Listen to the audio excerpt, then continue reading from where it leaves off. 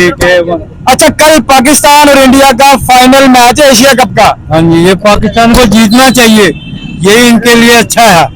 अच्छा। दो हार गए हैं, अब जीतना चाहिए इनको। क्या लग रहा है, जीत जाएंगे? जीतेंगे मगर कोई हेरा फेरी ना करें। क्या मतलब हेरा फेरी से क्या मुराद है आपकी? हेरा फेरी यही है कि बस ये पैसे ना खा सके। ये 2 मैच तो पहले उनसे हारे हुए हैं, अब क्या पैसे खाने हैं? वही ये खाएंगे अभी भी, क्योंकि उनको जिताने के लिए ये खाएंगे। अच्छा, कोई प्लेयर जो लग रहा है चिक्के चिक्के मारेगा कल? नहीं, ये प्लेयरों का भी नाम का नहीं सही पता मुझे, मगर ये जीतना चाहिए इनको। बस प्लेयरों का नहीं पता, लेकिन हमें जीत चाहिए। हाँ बस जी। आपने जीतना, इनफ, इतना है भैया। आगा साहब, कल का मैच चाहिए।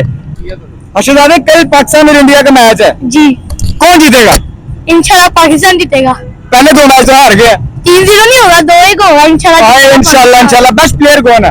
बाबर आजम। बाबर आजम तो है ही नहीं है। पता निकाल देना है, तो अच्छा था ना। अच्छा, जी कल हम जीत जाएंगे। इंशाल्लाह। बॉलर कौन अच्छा पाकिस्तान का?